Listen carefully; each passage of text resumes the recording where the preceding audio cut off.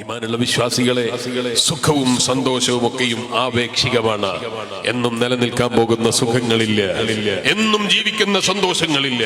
ഇന്നത്തെ സന്തോഷം ചിലപ്പോൾ നാളെ ദുഃഖത്തിന്റെ കാരണമാണ്. നാളത്തെ ദുഃഖം മറ്റന്നാളെ സന്തോഷം അധികരിപ്പിക്കാനുള്ള കാരണമാണ്. ഇങ്ങനെയാണ് ഭൂമിയെ അല്ലാഹു തആല ലോകത്ത് പടച്ചിരിക്കുന്നത്.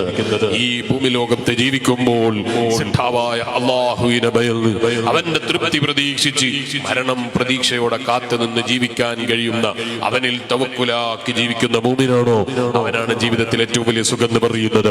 ജീവിക്കുന്നത് ചിലപ്പോൾ കൊട്ടാരത്തിലാകാം, സൗകര്യങ്ങളാകാം, പക്ഷേ സൗകര്യങ്ങളൊന്നും അല്ലാഹുവിനെ മറന്നു പോകുന്നതാകരുത്, റബ്ബിൽ നിന്ന് അകന്നു പോകാനുള്ള കാരണങ്ങളാകരുത്.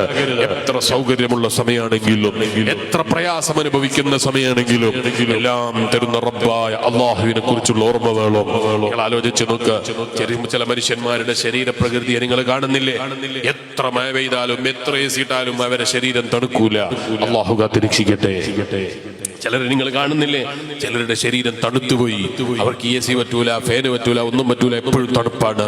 അങ്ങനെ എന്തെല്ലാം പ്രയാസങ്ങൾ മനുഷ്യന്റെ ശരീരത്തിന്റെ വ്യത്യസ്തമായ സിട്ടിപ്പുകളിലും ആരോഗ്യത്തിലും അനാരോഗ്യത്തിലും അല്ലാഹു വെച്ചിട്ടുണ്ട്. അല്ലാഹുവിനെതിരെ കുറെ സമയം വേണ്ടതില്ല. അവൻ തന്നിരിക്കുന്ന നിയമത്തുകൾ ഓരോന്നോരോന്ന് നമ്മൾ ചിന്തിച്ചു നോക്കിയാൽ ജീവിതത്തിൽ മുഴു സമയവും അവന് നന്ദി ചെയ്യണമെന്ന് തീരുമാനിച്ച് നമ്മൾ മുന്നിട്ടിറങ്ങിയാൽ പോലും അവന് നന്ദി ചെയ്ത് തീർക്കാൻ കഴിയൂല. ആ റബ്ബിൽ തവക്കുലാക്കി അവൻ കൈയൊഴിക്കില്ലെന്ന വിശ്വാസത്തോടെ ജീവിക്കാൻ സാധിക്കണം. അതാ അബൂ ഹംസത്തുൽ ഖുറാസാനി റഹിമഹുല്ലാഹ് തങ്ങൾ പറയുന്നത്, എല്ലാരും എന്നെ കൈവച്ചാലും ആരും കാണാത്ത മരുഭൂമിയിൽ, ആരും അറിയാത്ത കിണറിലാണെങ്കിലും എവിടെയാണെങ്കിലും എന്നെ കേൾക്കുന്നൊരു റബ്ബുണ്ട്. ആ റബ്ബിന് എയർടെലിന്റെ റേഞ്ച് വേണ്ട, വോഡഫോൺ ആണോ എന്ന് നോക്കണ്ട, ജിയോ ആണോ എന്ന് നോക്കണ്ട, മൊബൈൽ ഫോണിൽ ചാർജ് ഉണ്ടോ എന്ന് നോക്കണ്ട, അവന്റെ ഫോണിൽ ചാർജ് ഉണ്ടോ എന്ന് അന്വേഷിക്കണ്ട, വിളിക്കാൻ പോകുന്ന എന്റെ ഫോണിൽ ചാർജ് ഉണ്ടോ എന്ന് നോക്കണ്ട.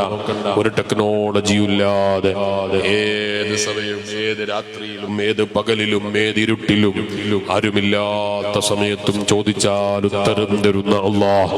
നിങ്ങൾ എന്നോട് ചോദിച്ചോ അസ്തജിബ് ലക്കും, ഞാൻ നിങ്ങൾക്ക് ഉത്തരം തരുമെന്ന് എന്നോട് ഇങ്ങോട്ട് വിളിച്ചു പറഞ്ഞ ലോകത്തിന്റെ മുഴുവനും അധിപനായ അല്ലാഹ്. ആ റബ്ബിൽ തവക്കുലാക്കി ജീവിക്കുന്ന ഒരു മുഅ്മിനായ മനുഷ്യൻ അവനുണ്ടാകുന്ന സന്തോഷം, ആ തവക്കുലിൽ കിട്ടുന്ന ഒരു സമാധാനം ലോകത്തൊരു മനുഷ്യനും കിട്ടാനില്ല.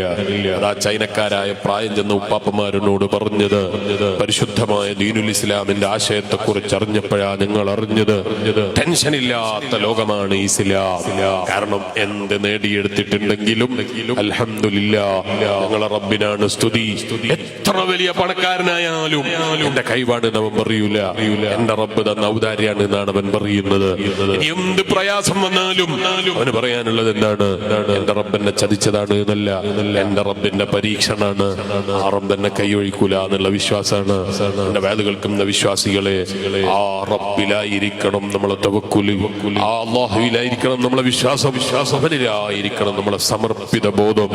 ആ ഒരു ജീവിതം നമ്മളെ ജീവിതത്തിൽ നമ്മൾ സമ്പാദിച്ചാൽ ആ റബ്ബ് നമ്മളെ കൈയൊഴിക്കൂല.